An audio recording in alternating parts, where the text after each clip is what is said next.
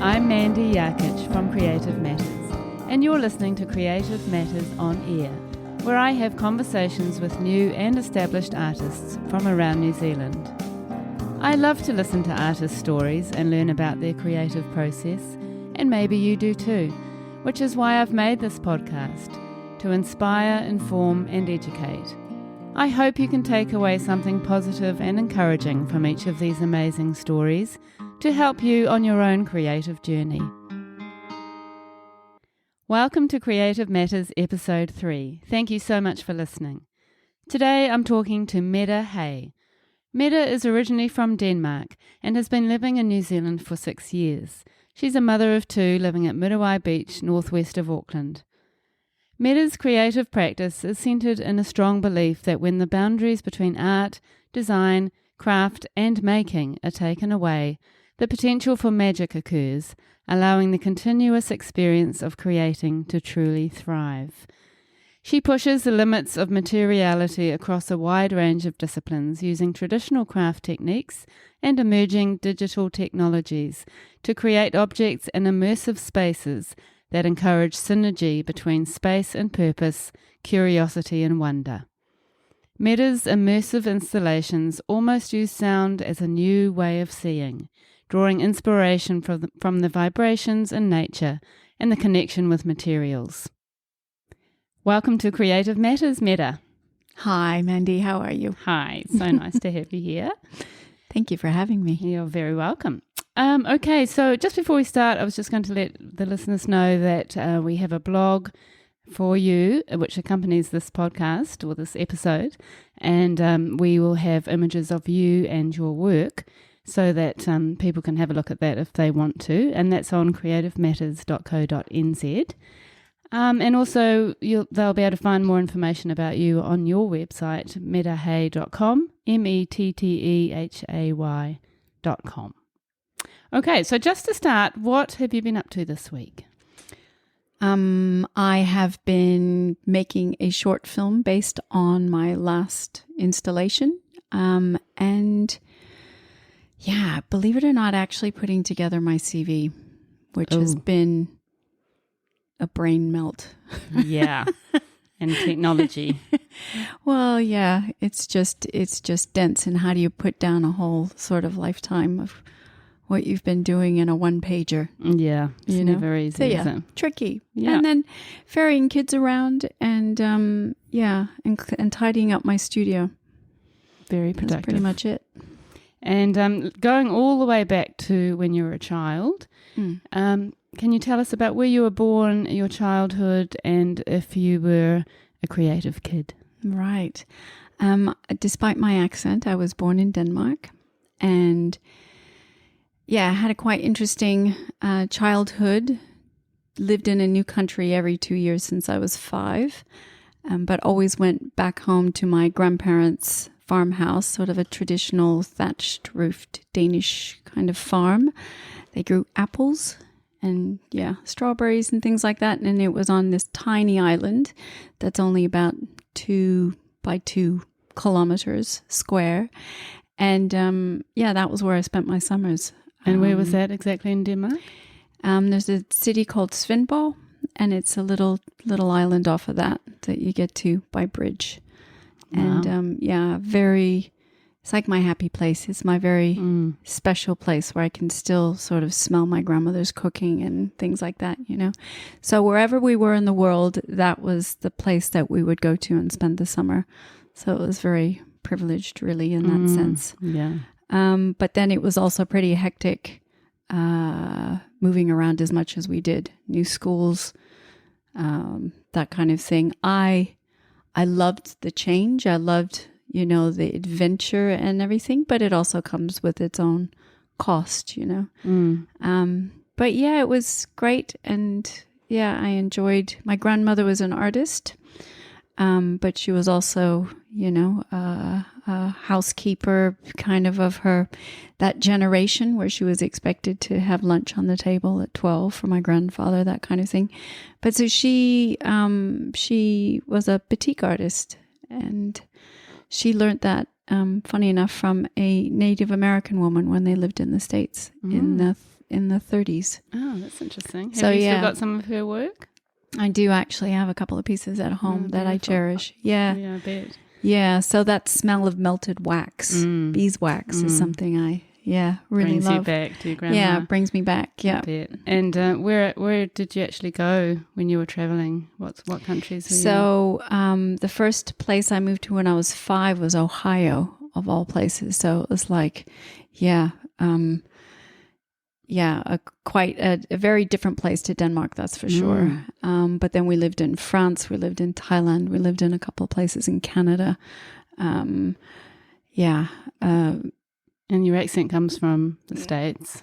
Well, I think from starting Canada? there, but also I spoke English with my dad and my grandfather because he went there when he was like 17 for about, for a few years, but very kind of a lineage of travelers, really, and explorers, if you like. So I kind of carried on that tradition, and it wasn't just my childhood. It went into my own then work. My own career took me to a lot of different places as well. So the blood. The African continent, so Kenya and Senegal and Zimbabwe.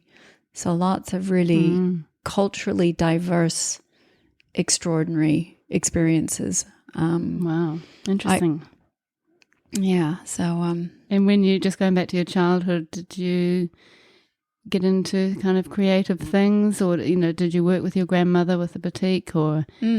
Yeah, for sure. But also my grandfather, he was sort of a jack of all trades that did, and maybe that was that generation as well, is that everyone was a maker, and certainly in Denmark at that time as well, sort of after the Second World War for my grandmother, is that the Danish government very much supported the craft communities and things because they had to, because they were just on their knees. So that was very much supported. So everyone, my grandmother had 4 sisters. They were all makers. So me and my brother and my sisters would make stuff out in the, little coasters out of apple tree wood and, with felt on the bottom and carving things. And so we were always making things, really. But I think probably one of the first things I remember making that I was very proud of, I was probably about 5. And while all my friends had Barbie dolls, I made furniture for them. So I remember this green velvet couch that I made for my friend's Barbie doll. And that still sits in my head as this. That was like my first thing I was really proud of that I had made. That's so cool, isn't it? Yeah, and that was in Ohio. That's interesting. Yeah. I mean, you have ended up studying design, so, maybe that was all those years back. Yeah. Was the beginning. But I think also that the whole Danish culture and their the whole Danish design culture is very much has very much influenced me, but it's about the quality as well. It's just not making crap. Yeah. In terms of, and it's things, you make things that you hope to be able to pass down, that kind of thing. So that's very much part of the culture. Yeah. It's not really a disposable culture as such. It's getting more that way, but it, traditionally not. So. And it's such beautiful design, isn't it? Danish design. Love it. My grandfather was Danish, actually. Oh, I didn't know that. Yeah. I'm not quite sure where he came from, but exactly. Right. But yeah, there's a bit of Scandinavia in there. So from there, you were starting to make, but you went into high school, and what happened there? So I think through all throughout school, I think I always took an art class of some form, and always, there's a sort of, always lots of drawing and painting, and I think also because of moving from one school to another, there was also a lot of solitary time. One was that my dad always wanted to live a bit more remotely. We never lived in the city. And so that meant you couldn't really get anywhere. So I spent lots of times out in the forest behind the house, for example, in Canada, or, up at the wolf sanctuary and those kind of places. And I would go there with my watercolors or my sketch pad and just hang out, really. And I still have some of those. drawings, which is quite fun. That's so fun. Yeah. So you were starting with you were actually drawing and painting. Drawing and painting, but then always anything that I wanted or needed that I couldn't either afford to buy or couldn't find, whether it was clothing or it was furniture, then we'll go, well, I'll make it then. That's so cool. Yeah, so I did a lot of that. Yeah, and your parents was always encouraged. It was kind of like, well, no, we can't afford to get you a new bed. It's like, okay, well, fine, I'll make one then. That's so and amazing. I enjoyed doing that. Yeah. And my father was an engineer, so he was good with his hands and loved restoring cars. And so we were always involved in those kind of things as well. Never really the fun stuff usually. The chores. Got Holding to clean the spanner. the oily, the oily parts or whatever it was. But yeah. So But there was still always part of encouragement it. to do that regardless of, Yeah, that's great. And were you, do you think, responding to nature and the environment at that time in a big way? Oh, absolutely. Yeah. And it was interesting, even in this latest work that I've been doing, I actually had it in my thesis where there was the one and only, because I work with sound, it was the one and only time in my life where I heard complete silence. And it was in northern Canada, north of Edmonton, where we lived. And it was about -40 on a winter's night. And there was the northern lights playing in the sky. But I remember going out onto our terrace, and it was the one and only time in my life where I heard absolutely nothing, total stillness other than my own body. And I've never heard it since, so it's quite an interesting kind of thing. So nature always was a huge, and I think it was always a nurturing place for me. It was the place that I would just, lie down in the grass and look at the clouds, and we don't do that enough anymore. Absolutely not. Yeah. And that continues to this day. That's why I live out here.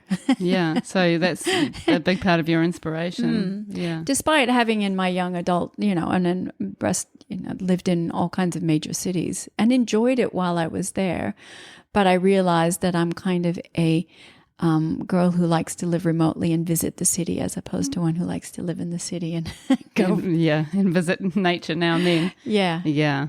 I totally get it. Well, you're definitely in the right place. So it would be easy to jump forward to being a midwife, but let's go back again to high school. Did you actually study? You did art subjects and... Did art subjects, but again, because then it was like, I'd get stuck into an art subject and then we'd have to move, and then, so I'm trying to think. I don't think in the last couple of years of high school that I actually took art. I think because I got bored with how it was taught. Yeah.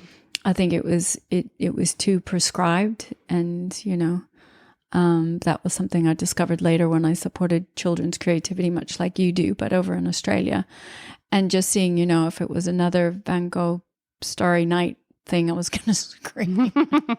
I know that feeling. Yep. And so I think, but then I ended up doing like a term after high school at university to study photography. But then I had to find work. And so that I realized I wasn't going to be making any money anytime soon at that with point. one class at uni. So, yeah. And then what sort of line of work did you get into then? Well, so it was a little bit of a fluke. I was working as my dad's secretary, and he's an aircraft engineer. So it was, I ended up getting a job in airline IT, within airline reservations. And that was, there was good money in that at that time. And so I sort of sold my soul to the devil, because it wasn't anything that I particularly enjoyed doing. In fact, I didn't really at all. But I was fine at it. I was pretty good at it. And then it was because I was living in LA at the time. And then it was a funny story, because the area that I worked in was very, very niche, and not very many people knew how to do it. And I was just learning. I was a trainee, and Scandinavian Airlines calls me up out of the blue. And I think I'm about 20 or 21. And they go, "Oh, you're worth gold to us, Mette." And I'm like, "Why?" And they go, "You're the only person in the whole world that knows the system and speaks Danish and is Danish. And they flew me to Copenhagen and offered me a job at Scandinavian Airlines. And so I started working there when I was like 21. And I'd wanted to get out of LA because it just was, I wanted to go back to Denmark and live in Europe. And it was this golden opportunity to do that. So I did that in my early 20s. Oh, wow. And then I became self-employed. So I started consulting in it, contracting in it. And that took me to all different countries. Over. Yep. Wow. So pretty entrepreneurial, even in those young days. Yeah. And when you were thinking, well, it's not really what I'm loving, were you thinking one day I will get more creative and I'd love to have my own art practice one day in the future? Or was that just not on the cards at that time? I think it was one of those things that I just kind of did, but as gifts for people. So I would do my art, but it was never something that I thought, I'm going to sell it or any of that.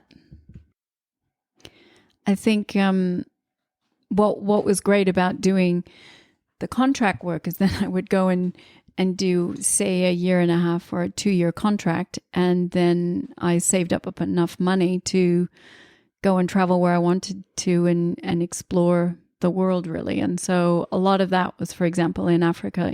At the time, my parents were living in Kenya.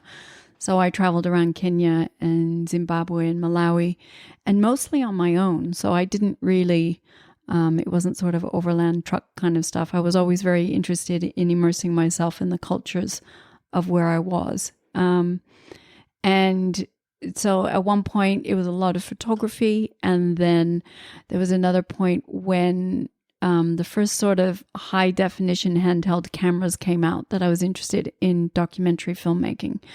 And I was a bit of a one-man band with that.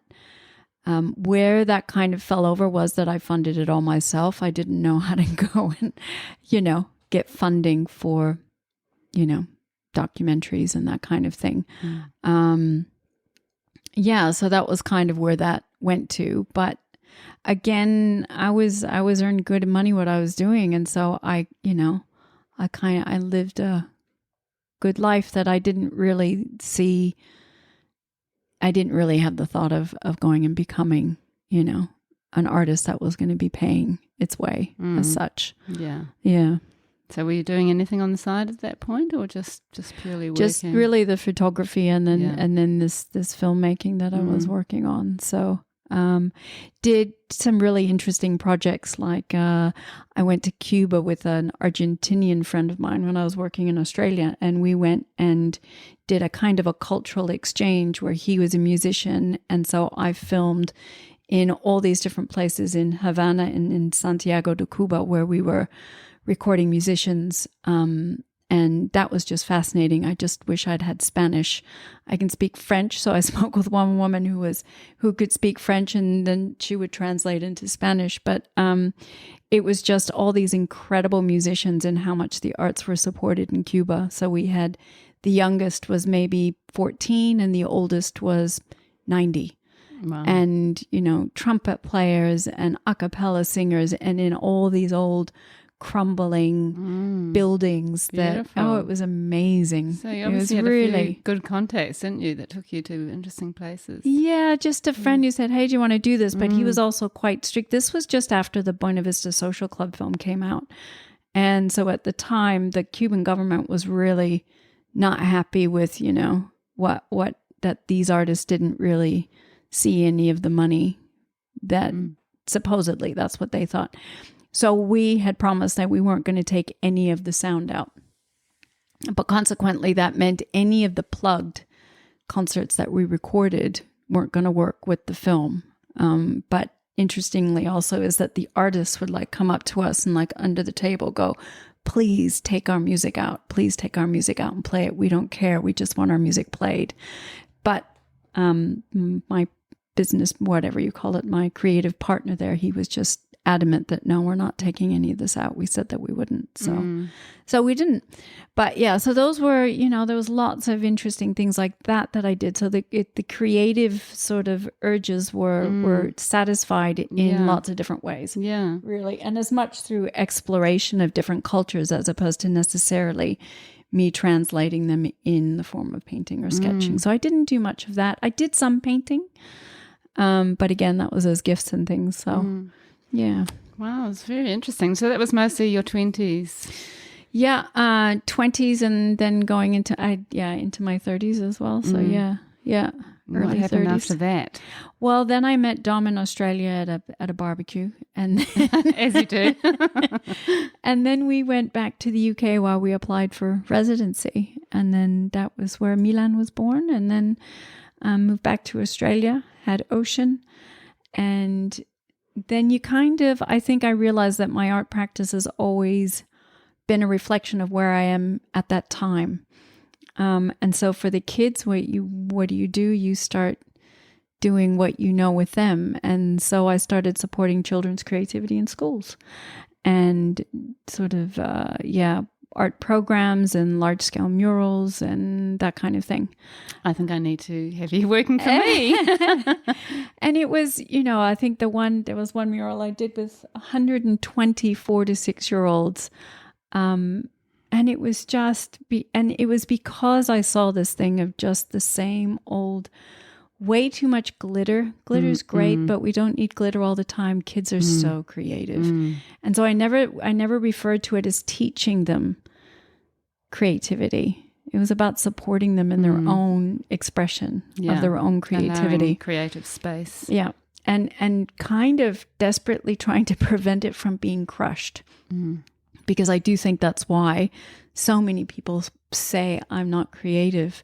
And it's because when they were, 5, Daddy, can you draw me a dragon? And Daddy says, I don't know how to draw a dragon. Or little Johnny, I can't draw and you probably won't be able to either. And I just saw that so often. Yeah, it's really sad, isn't it? And I think often children have this sort of perception of how clever they are artistically or creatively according to how realistically they can draw. Yeah.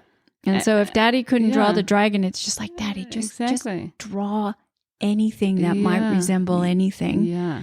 And the kid will go, wow.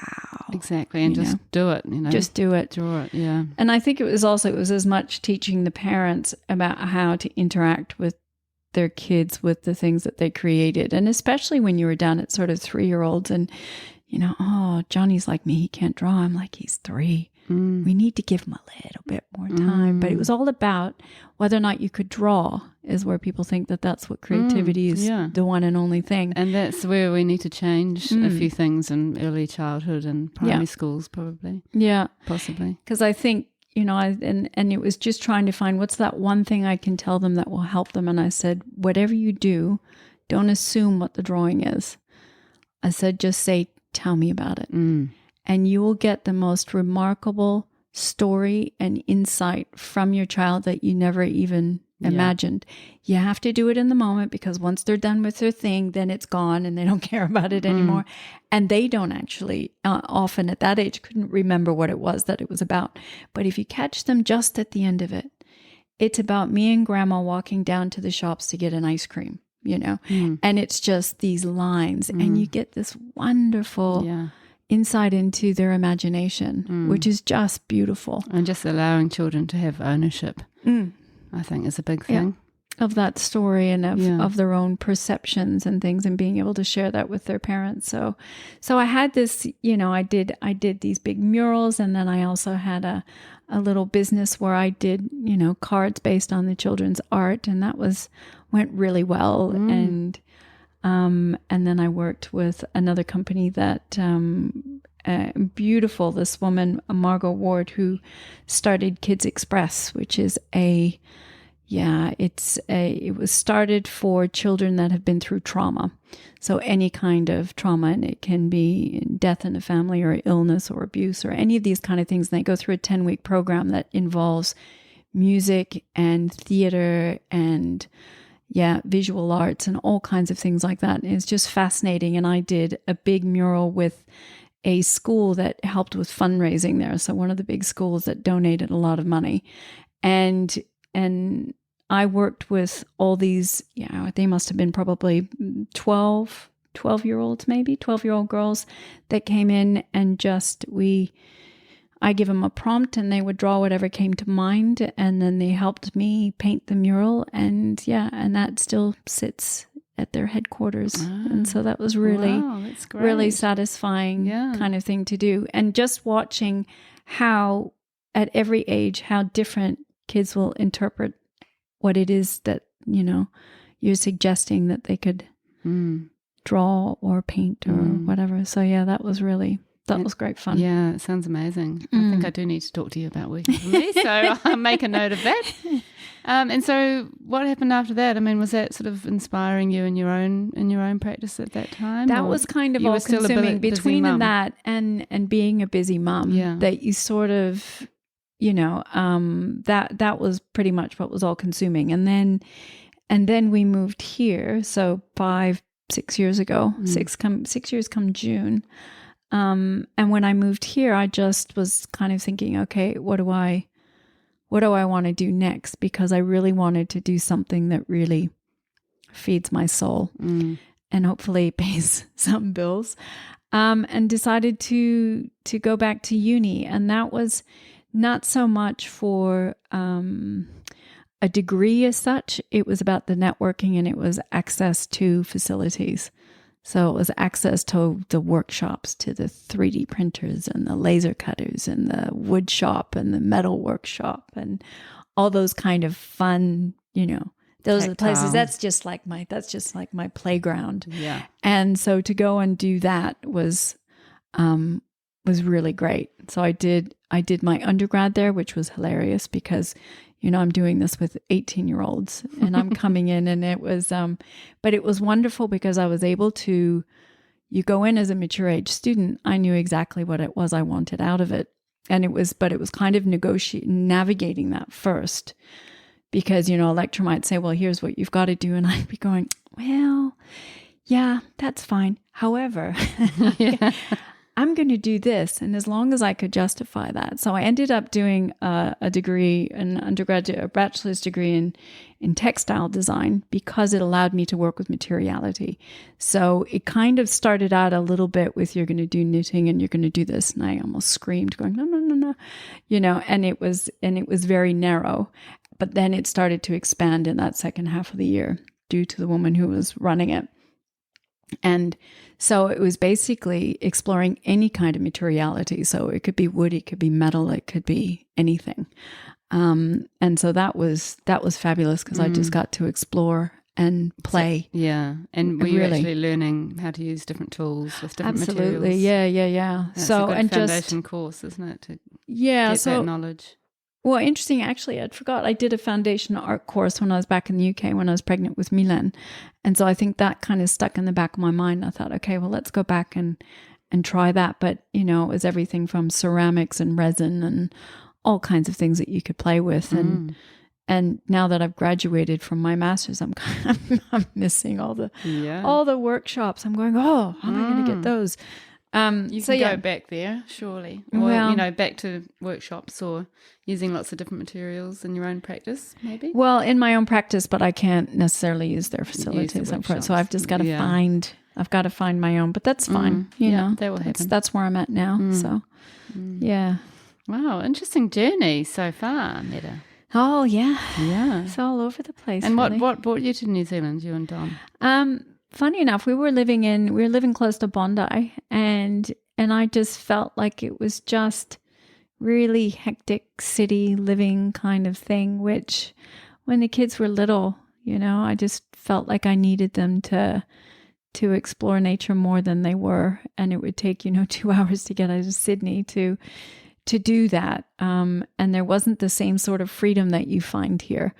A kid at school would, be running and not looking where he was and would, bang his head on a tree trunk or something, and they'd cut the tree down, so it was like, what's going on? And a friend of mine was living here, and she kept saying, come over here. And I'd known her for 25 years. And so we just came and checked it out one holiday. And then her and I kind of hatched this plan going, that'd be quite cool to come and live here. I loved the fact that the kids were running around barefoot at primary school and could ride their bikes at school, on school grounds and all these things that were very much how I felt, kids should grow up. And so, and I think part of it was just because I had moved around so much that I didn't see it as a huge deal, really, to do. But of course it is. Yeah. You know, it's a big move. It is still a big move. And I can't tell you, I would never have been able to predict the last 5.5 years at all. What has transpired in that time is not anything that we would have gone, whoa, didn't see that coming. So I think, but no regrets in that sense either. I think it was the right move for the kids as well. Yeah. But, as long as you're engaged with your children and you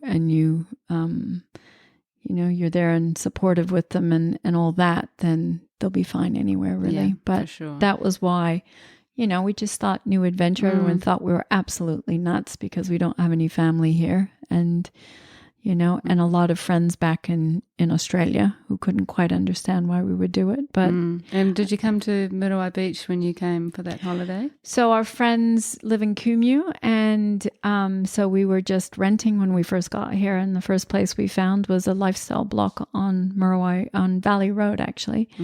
And so we went from a 2-bedroom unit to a 5-acre lifestyle block with chickens and a pond and an orchard, and it was absolute bliss. Going back to your roots almost. Yeah. And just, seeing the kids running out and knowing that they weren't going to come across any snakes or deadly spiders or any of that. That's reassuring.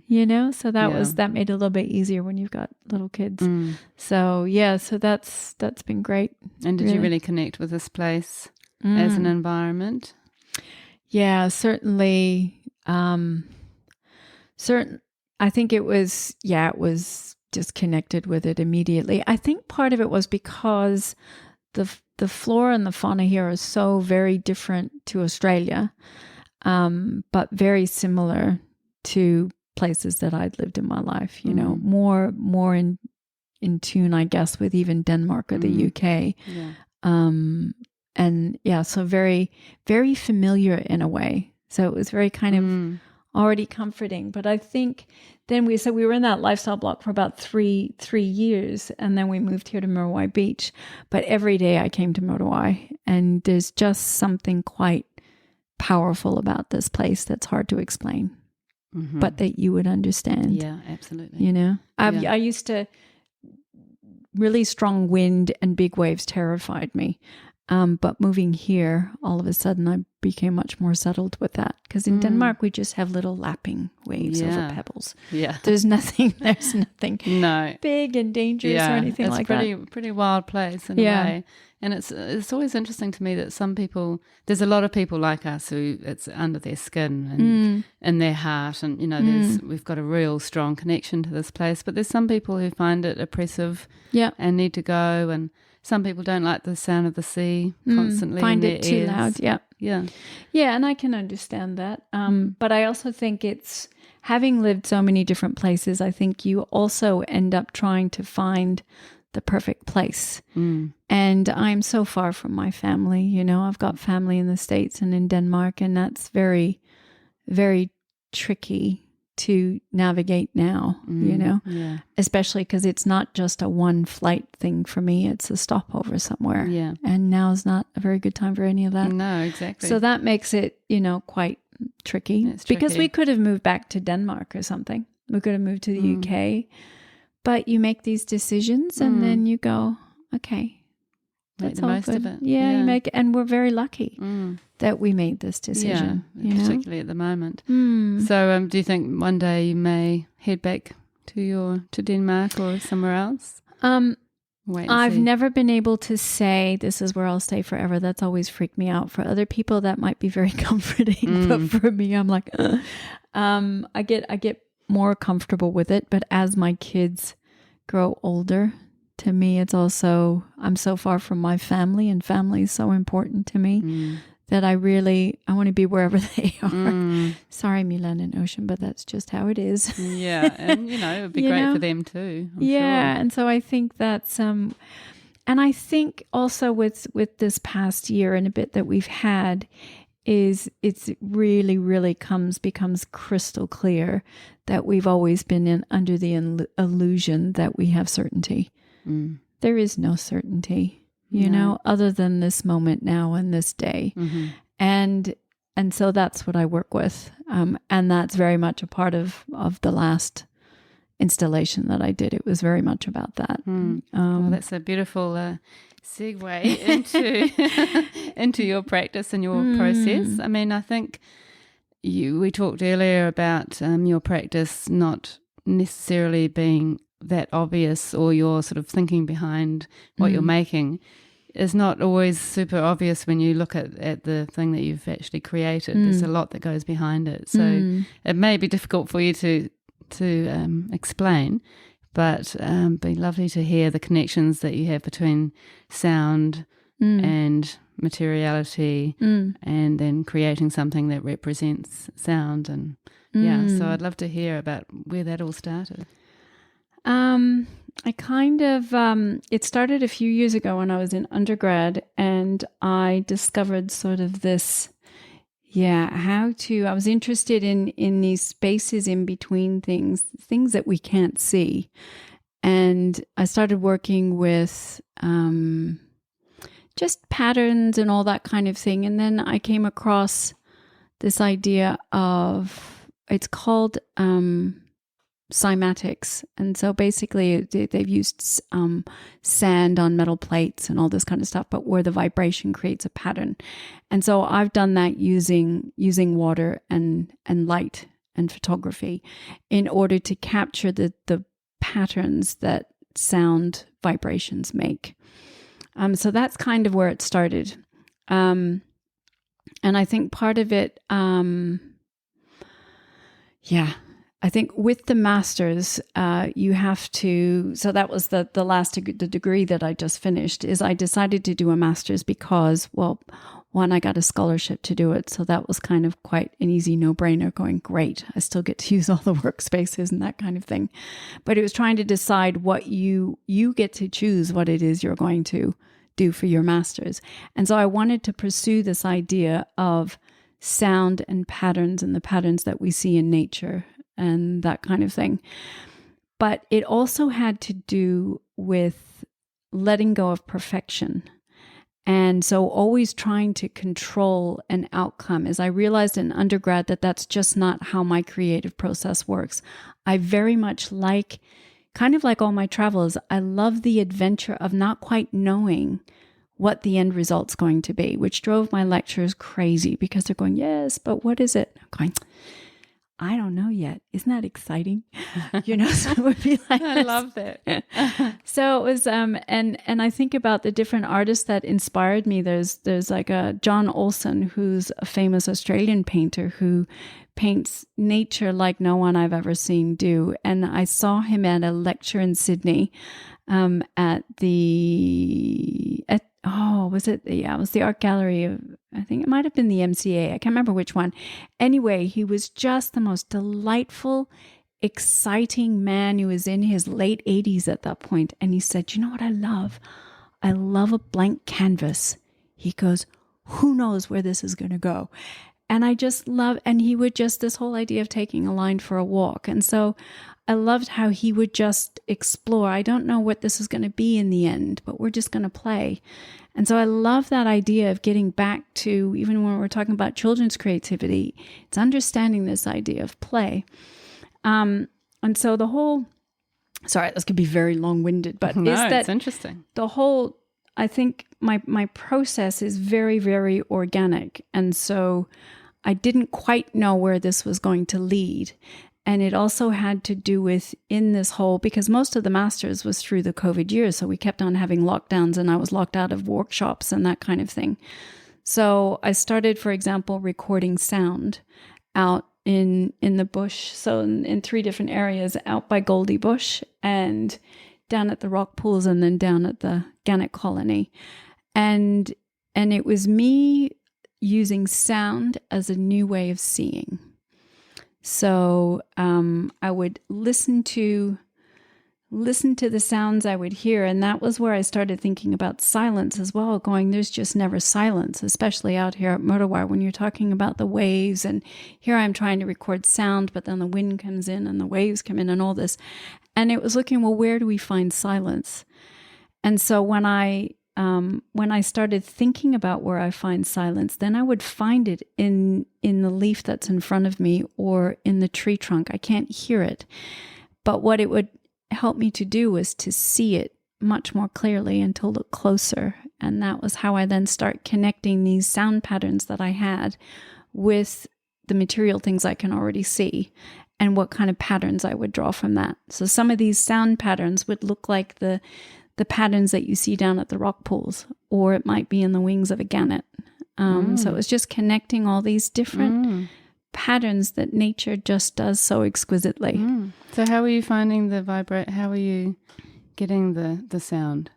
How are you capturing the sound? So I captured the sound through binaural microphones, which is kind of this funky looking, it's got 2 silicone ears on it, and it was for the purpose of that. That's the best way for you to hear to record sound in the way that we hear it.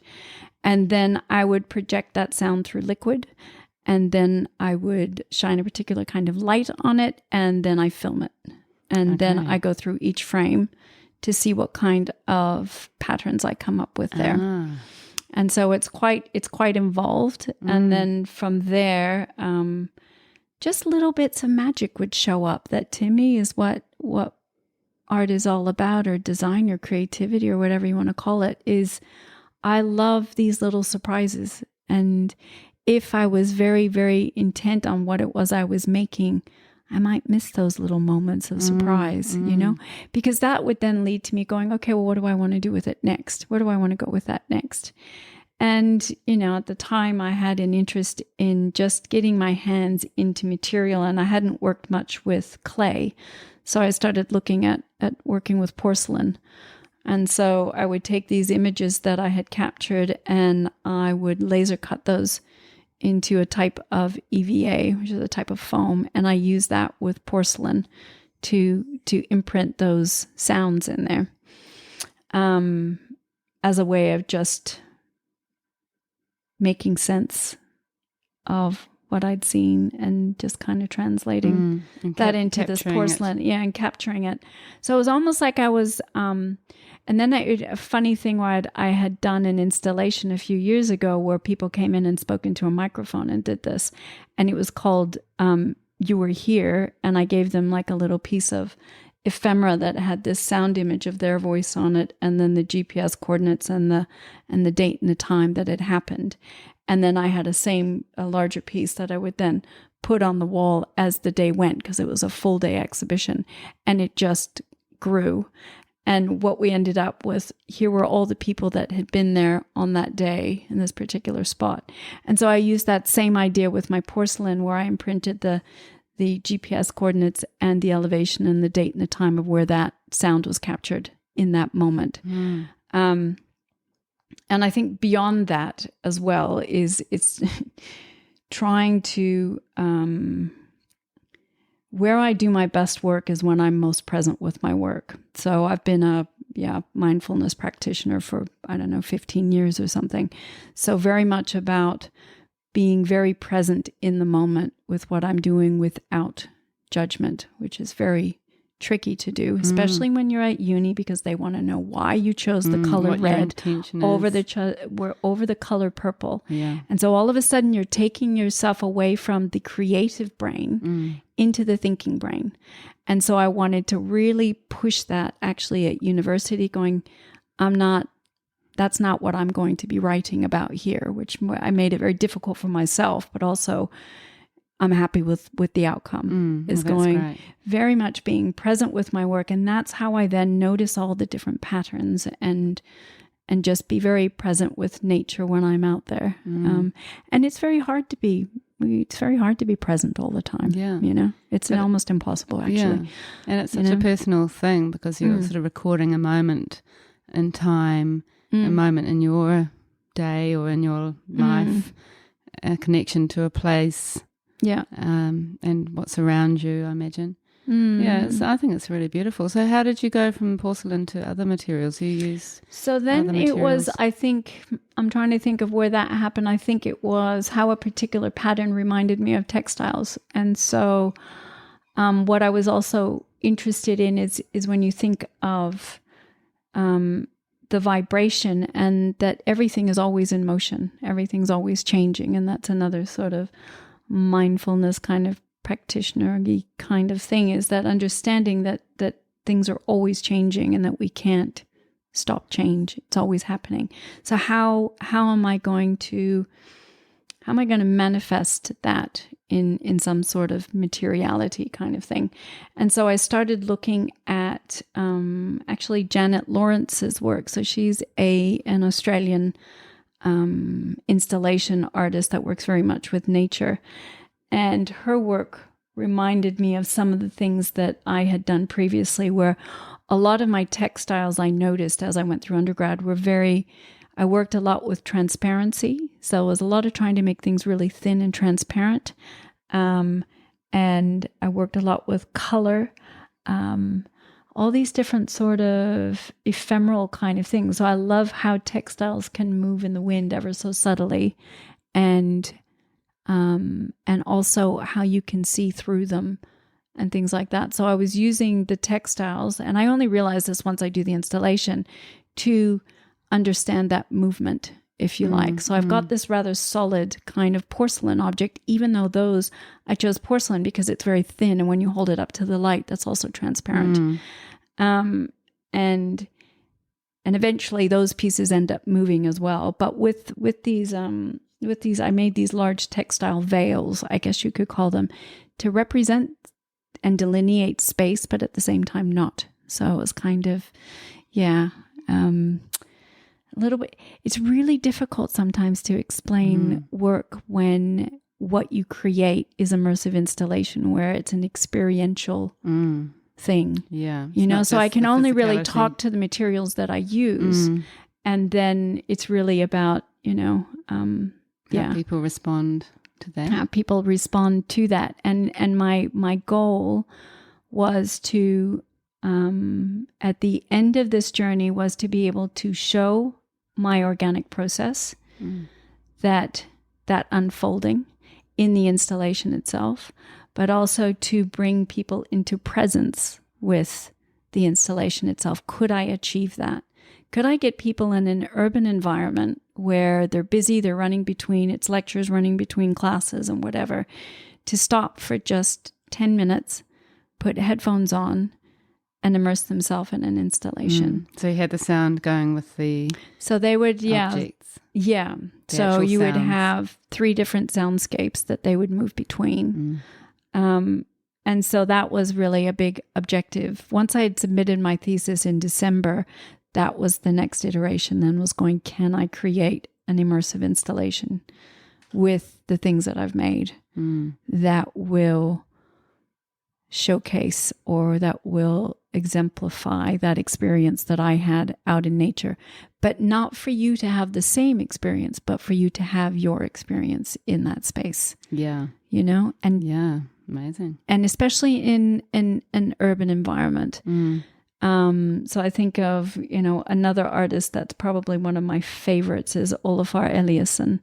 Yeah. And his, and he just does it so magnificently, the idea of taking icebergs blocks from Greenland and bringing them to Paris for the climate accord and having people just walk around them as they melt. I mean, as to show climate change. I'm going, masterful. So incredible. So incredible. And it just gives me goosebumps. So I just love that idea of trying to really bring, and hoping that people going through something like that the next time you then go out into nature, do you look at it just a tiny bit different? And so I had porcelain pieces on the floor. I had them on these little wire poles so they moved. And I very much encourage people, please pick them up. Please play with them. Please touch the textiles. Immerse yourself in it. Use all your senses. This is about embodied listening. And so all the work was very much about embodied listening. How do we listen? And do we? And how do we listen to each other? So it goes into all this, all these other things to do with how we listen. And I think it's really quite brave to be making work like that in some ways, because I think particularly in New Zealanders, probably a lot of people might struggle with immersing themselves into that kind of work, or kind of taking the risk and diving in and allowing themselves that space and time to respond. How did you find people reacted? I think my two favorite responses was a woman who came in with her 2 8-year-old twins, and they were in there for an hour, and no one, not a single adult, engaged with it like they did. And with these little porcelain pieces, and every once in a while their mom would go, "Oh, no. And I go, "Don't worry, it's fine." And they were mindful of everywhere that they put their feet. They played. There was motorized sand there. There were pieces of seaweed. There were all these porcelain bowls, and they just kept replaying the soundtrack the whole time. But of course, the hardest part was getting people to engage with the pieces, going, "Oh, but it's porcelain." And I go, "Yeah." So it's a little bit like porcelain's very strong. Yeah. But like nature, you stomp all over it and it's going to break. So it was trying to bring that message across, going, well, yeah, so I'm asking you to be mindful of what you're doing. Don't walk backwards into this or whatever. But if they did, that would be an interesting observation. Yeah. Going, so I'm not precious about the work, which was that was probably the biggest learning for me with my master's, is that when I finished it, sitting in the gallery with my installation and just being in a love relationship with my practice, which it has taken that to get there, and just go, and I can see where it can go next. How amazing is what that? I can do. And that to me was just everything the you best. Could wish for. Yeah, because you can imagine getting to the end of a master's and going, yeah, it's all right. Yeah. And it doesn't, and it was the fact that I also just let people experience what they had to. And I learned that sort of really from all of our elders, and go, you can't, and from my mindfulness practice, you don't have control over what people think. You can only try and put it out there, and then let it go and see what happens. So I had one woman who, because I had an installation next to me of another girl's work, which was completely different. And it was a hand washing ritual, and with these little ceramic cups. And literally within 3 minutes of going to the rock pools, she had the headphones on and she wandered over into the other installation. And it just made me smile, because I was like, not a lot of presence going on there. That she obviously found that difficult and found it intimidating. And I think a lot of people find this whole idea of art and arts installation and galleries very intimidating, and we're told don't touch anything. Yeah, I think that's the big thing. And it's such a shame, because it's ingrained in us. And I see a sculpture and I just need to go and caress it. Yeah, and the galleries don't like that, do they? Yeah, it's quite a different way of responding to art, isn't it? And I think sometimes art isn't actually allowing for sort of your own unique response necessarily. I mean, I guess it is, but it just feels like limited. Almost the responding from the people was part of the work. Yeah. I mean, which is interesting, isn't it? And did you, I mean, if you felt like it was part of the work, did you like to be there and sort of see how people were interacting? I think I'd love to be a fly on the wall, because I also think that people, if they know that you're there, then they're more guarded in how they respond. So I wanted to be there just to observe how people would peephole, move. perhaps. Yeah, a little bit like that would have been a bit weird. A little bit weird. But that kind of thing where I like to watch how people engage with it, and also, and being totally comfortable with some people just go, you know what, I've never liked sand, or whatever it might be, just responding in some way, I guess. And all my work, or where I try to, as well as with my work, as I work with as much as I can with natural materials. And so it was a lot of wool, silk, porcelain, and then found objects from the beach. So I've returned the Murwai sand because I'm very conscious of that as well. Trying to find black sand these days has been a little bit tricky as well. But, you know, I think, but I love that it was in this urban setting.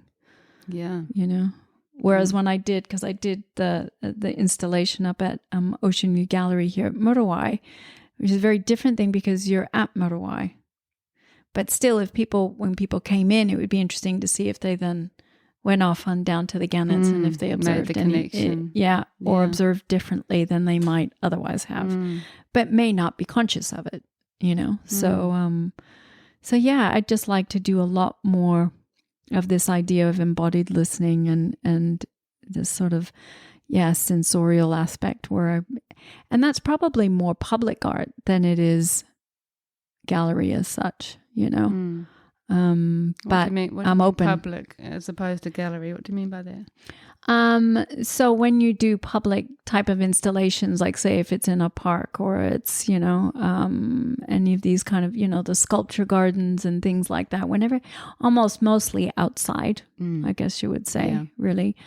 You know, but that's a whole other thing. But I think there people have more of an opportunity to just, because you're out kind of in the open, you're not in this enclosed space that tells you, you know, something in your mind is telling you have to behave in a certain way within those walls, you know. So how do we allow people, like you say, to be more engaged naturally with what they're experiencing? Yeah, interesting. So I hope that made sense. So it does make sense. Thank you. And it's so nice to actually hear, you know, all of that, what's really behind your thinking and what was inspiring you and what you were thinking about and how you wanted people to react. You know, it's so nice to hear that after seeing your work, you know, just to have a little bit more understanding. It's sort of, I think I'll look at it again with fresh eyes. Oh, that's nice. I think also as artists, sometimes we feel like we shouldn't have to explain our work. Yeah, absolutely. You know, but that's probably more because, you know,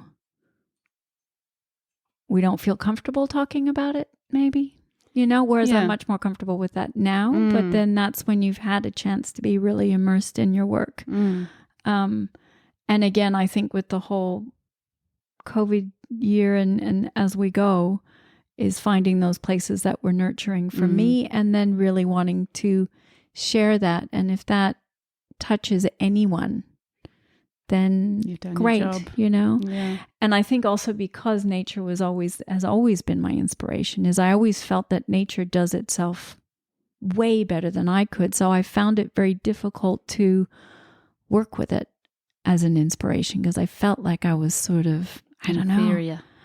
Yeah. And completely. Like, oh no, there's no way I can do anything with this. And then you realize that it's so much about, we've all got different stories and different perceptions. And I think this, even with the amount that I traveled and all these different places I grew up, I met someone on a plane once who was an Air Force pilot who had done 4 tours in Iraq or something. And he was talking about all these different places he'd been. And so had I. And he was going to live back he was moving back to his tiny little town in Oklahoma or something. And I said, well, you know, there's people all have their stories there as well. And he said, yeah, but some people's libraries are just a little bigger. In terms of the variety of experiences you might have had. And not putting enough value on what all our experiences are and how important our voices are and our stories are. And so just wanting to share them as a way of helping other people also share theirs, you know, in wherever they do. It doesn't have to be with me. Yeah. But what do you take away from it, you know? It's really beautiful. And it just it seems like your practice really connects with your mindfulness and the way you live your life. As well as, you know, what you're interested in artistically, which is a nice link, isn't it? Oh, wow. That's so great to hear all of that. Thank you, Mette. And where are you heading from here with your art practice, do you think? Well, so I have connected with the Depot Art Space over in I Devonport, love that space. and but couldn't be further from Muriwai. But hey, we do, and she's great. What's her name? Linda, Linda Blinko, who's brilliant. just and was over there chatting with them last week, and we just had. I mean, we could have talked. She's amazing Forever. I love her little office too. Did you see that? Yeah, no, I didn't. I didn't see her on one of the. No, I didn't see her one, but I was only there for a little while, and there was just some serendipitous kind of things that happened while I was there. So I think now for me, it's because a master's is so all consuming, is that I haven't had a chance to really get out there and connect with other artists and all that kind of thing. So it's very much about networking and also working. So I need to find, I need to find work. Me. Well, there we go. We might need to have a chat. I'm serious Mandy. about this. We might need to have a chat, Mandy. Yeah, I think so, Mette. So I think it's trying to find. So my ideal is really part-time work, because I think there's a lot of pressure that gets put on to. One thing is that, and I think one of the things where you might be going is also talking about how we monetize things, is that for me, if I am in my flow, anything that has to do with money being thrown into it, creativity dies. Yeah. And so it's kind of have a part-time something that allows me to get away from my work and not, I call it my play, my creative work, my creative space, is being able to, I still want that to be able to earn itself a living, but I don't want the pressure of it being having to sell stuff, the be all and end all kind of thing. And, so to have that and then to be able to still pursue, certainly it's about getting these installations out there in different ways, and getting the right balance, and maybe doing something part-time that still inspires you and feeds that creativity. Yeah. So it's nicely connected, but earns a little bit of money. But doesn't have the pressure of this needs to be, and this is what determines its success, as to whether or not, and then it allows me to be more honest as well with my work. Yeah. And more true to yourself. Yeah. True to myself, and also to value it for what it is. Yeah. I think it's always a real push me, pull you sort of tricky thing, isn't it? A lot of tension between selling and making, and making what you think might sell, or making what you want to make that might not sell. And I think every artist or every creative person selling work has that dilemma. Yeah. And I think also just valuing what we put into our things. So often we can also sell ourselves short, but at the same time we want to make it accessible. And, so that makes it a challenge, but I'm much more comfortable with that now, simply because I'm happy with what I've created. And I think that's the great thing with having done the uni work as well, is that everything that I did, I ended up being happy with. And to know that you can do this organic form of making and allow it to unfold, and know that you'll get to the end of it and go, yep, I'm happy with that. So good. Yeah, it's really refreshing. Beautiful. Yeah, it's very, it's quite a moving thing, I think, to say. And I'm sure that there'll be people listening that will really resonate with. It's quite a deep sort of thing to take on board, but I think it's a really valuable lesson that, people can learn from, and just taking some of that pressure off yourself sometimes and going with what you believe trust. in. It's to trust in yourself, going, it's good. If you're paying attention to what you're doing and you're loving what you're doing, it comes out in the end and it shows. Yeah. It all works out. Yeah. Oh, I think we could talk for hours, but we better start to wrap it up. So just to finish, I have a few quick what I call Kiwi questions for you, even though I'm not quite sure if you call yourself a Kiwi yet. Maybe one day. I'm a little multinational guy, international, so I'm happy to throw some Kiwi in there if that's all right. We'll see how you go. I don't know. I'm the judge of that or not. After 6 years here, we'll see. We'll see how you go. Okay, so here in New Zealand, we love our coffee. How do you have it? Oh, I love my flat white, but I only have one a day, so it's got to be a good one. Yeah. Yeah. Got to select your coffee maker. Yeah. Yeah. Beach or mountain?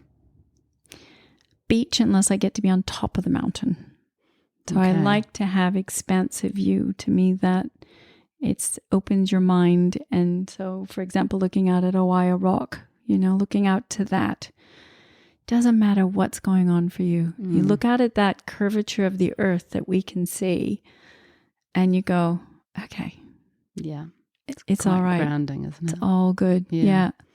North Island of New Zealand or South Island?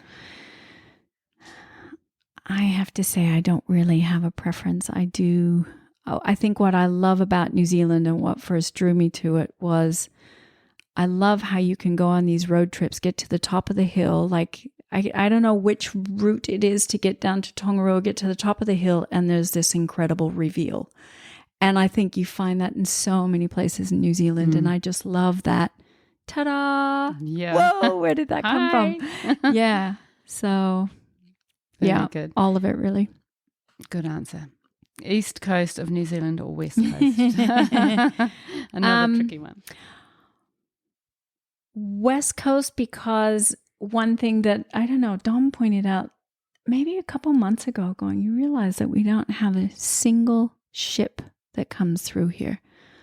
I love that it's just pure, unmessed with nature that I see when I look out my window. No, the occasional fishing boat, that's okay, but no big line of,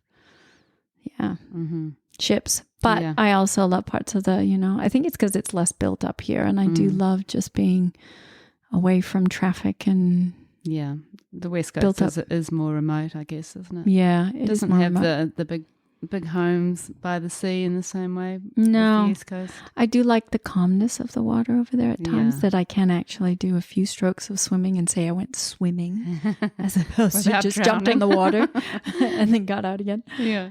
And last question for you: what connects you so strongly to New Zealand? Just again, just that being present with it. So now that I've traveled so much and I can't travel anymore, but there's this wonderful biologist from America called David Haskell who spent a whole year with this mandala that was like maybe a meter wide, and he just observed that space with a magnifying glass and a notebook in all weather throughout the whole year. And he writes so beautifully, and it's realizing that we don't actually have to go very far to discover new things. And so I think that's where I've really discovered that in myself, going, I can't go anywhere. So I'm just going to observe where I am and really discovering amazing new things, So I do love, and again, that whole reveal of driving around. And I love the humbleness of Kiwi people, just really connecting and I love just the friendliness that is what drew us here in the first place, really, was that aspect. We noticed that right away, really. Oh, you're going to go such and such. Oh, you got to go meet so-and-so, and it was always this real beautiful small town feel in many ways, but in the best way, Good answer again. Well done. Well, thank you so much, Mette, for being here with me today. It's been totally enlightening. I feel like I've had a sort of semi-therapy session. I'm just not lying on the couch, but I don't know, something about your ideas and the way you speak about them is very therapeutic to hear. And it's been a really lovely session. Thank you so much for joining me. That's nice to hear. That really, thank you so much for having me. And it feels, again, it's like one of those kind of serendipitous things. I've only just finished and I'm needing to go out and connect with people. And there you call and say, hey. There you go. Yeah. So thank you so much for having me. It's been a You're real welcome. pleasure. Thanks, Mette. Thanks.